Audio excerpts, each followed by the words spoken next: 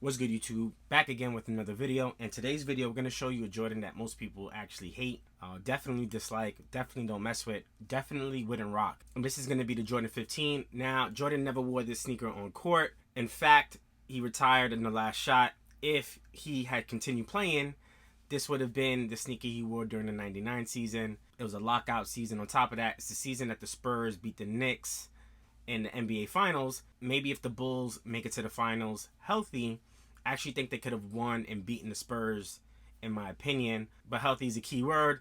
As we've seen in The Last Dance, Scottie Pippen's back was shot. Dennis Rodman was all over the place and on his left leg as well. So unfortunately, we'll never know. But this is the sneaker he would have been rocking during that season. All right. This is the Jordan 15. This is the black and red colorway. This is most likely the playoff edition. So if he made the playoffs, he probably would have been rocking this one. I also have the Jordan 15 white and blue.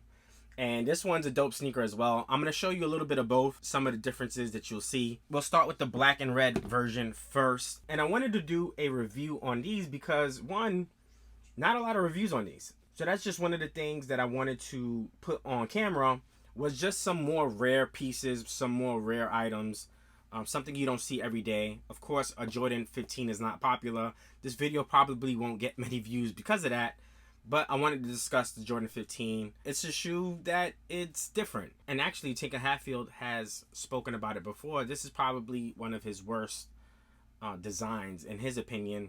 And he was at the tail end of his mental capacity to design and put out quality sneaker concepts and etc. And this is what we got, right? So we have the Jordan 15 black and red. Let me show you a little bit more up close.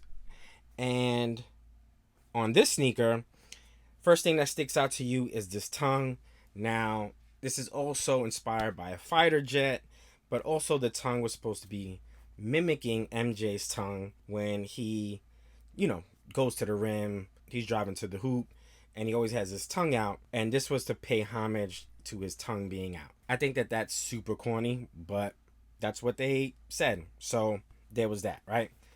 On the back, you do have 15, 6, 23. So this is his number. This is the amount of championships he won. This is the 15th signature shoe, right? And then on the bottom, you have 2/17, which is his birthday. You have a grayish, I guess, plate or composite in the middle. And on the back here, you have these rubberized heel counter. And on this side, you actually have a Jumpman engraved or placed in this heel counter as well. You do have a leather panel wrapping around. You have a little teeny eeny beady Jumpman on the front, and this is also a rubberized material as well. The leather wraps around again, and then here you have this weave on the upper portion of the Jordan, which again, you may hate it, you may love it.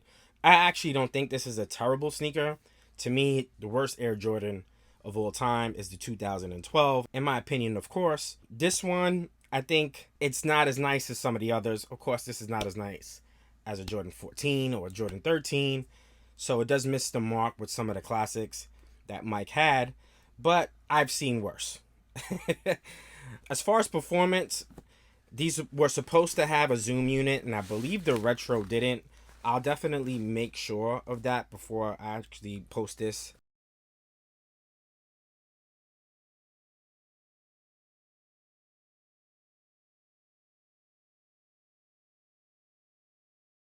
Inside the heel, but inside on the footbed, you do have a small design, nothing crazy.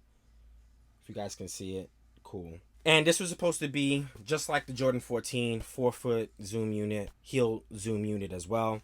And again, I think for the Retro, they may have actually skipped out on the zoom units, and terrible idea, right? It's definitely not cool that they skipped out on tech and still charge us for the same price.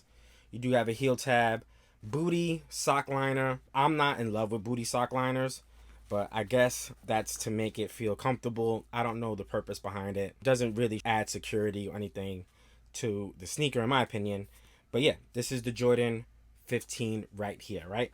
Definitely a great pair to rock if you're a Yankee fan, that's for sure. This reminds me a little bit of the same blue that was used on the Jordan 16, the Obsidian 16s that we have gotten a year later. I think the 16s were actually really good. I think the 16s to the 23 was really well done by Jordan Brand. And here you see the stripes on the tongue, and it's 6 stripes. Maybe it's paying homage to the 6 championships that MJ captured, of course, during his career. And now we see the weave again, and within this weave you definitely see some white within the weave, so that's pretty cool there. White heel counter, rubberized again, or whatever this is. Maybe it's a TPU, who knows. But you see the 15, 6, and 23 as well. And then side panels, you have the leather, and then you have this rubberized portion. Again, I know MJ liked a clean toe, and this doesn't give you a clean toe. I wish they had like maybe done something with the woven and then made this all leather. Maybe that would have been a nicer look. Who knows? It's hard. It's difficult to kind of see this shoe get any better. If you're talking from 3 to 15, this is definitely probably Tinker's worst work, in my opinion. It's still a Jordan 15. It's still a Jordan main signature shoe. It's pretty cool to me as a collector of Jordan sneakers, of course. But again, this is a Jordan you don't see every day. So I wanted to put it on camera. And that is pretty much it, right? So there you guys have it. You have the Jordan white and blue Jordan 15. You have the Jordan black. This to me is something he would have worn in the playoffs 100%. They didn't make too many of these. They made the basic colors. So the white and blues and the Carolina ones and the UNC ones and the white and reds. Of course, paying homage to his Bulls colorways.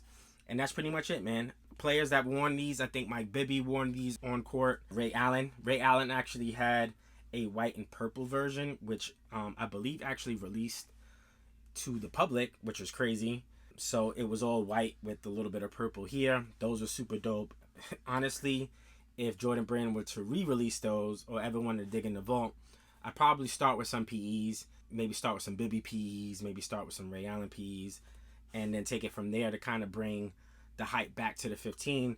I actually don't think it's a bad looking sneaker. The white and Carolina ones are pretty dope too, so I think eventually people will appreciate them. But yeah, at first glance, it's a tough shoe to fall in love with because you just came from probably the greatest run in basketball signature shoe history, right? I mean, you have the 11, 12, 13 to finish off a three-peat.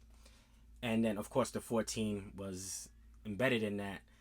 And then you get these here, right? So, and now thinking about it, would he have won these in 1999? Probably not, because then the Jordan 14 didn't really get its full year either. So he probably would have won a Jordan 14 in the 98-99 season. And then this would have been the 99-2000 season that he would have won it if he continued playing, of course. I actually messed up on that in the beginning of the video. I actually think he would have won the Jordan 14 in the lockout season, and then he would have worn these the following season. All right. But again, he never worn these on court. It is what it is. The white and flint gray version is really dope too, just to throw that in there. But on that note, I hope you guys enjoyed this video. And this is something that I plan on doing, just adding a little bit of different things to the camera just to show you a little bit more of my collection, but also just show you something that you don't see every day. All right. On that note, I hope you guys have a good one. We out. Peace.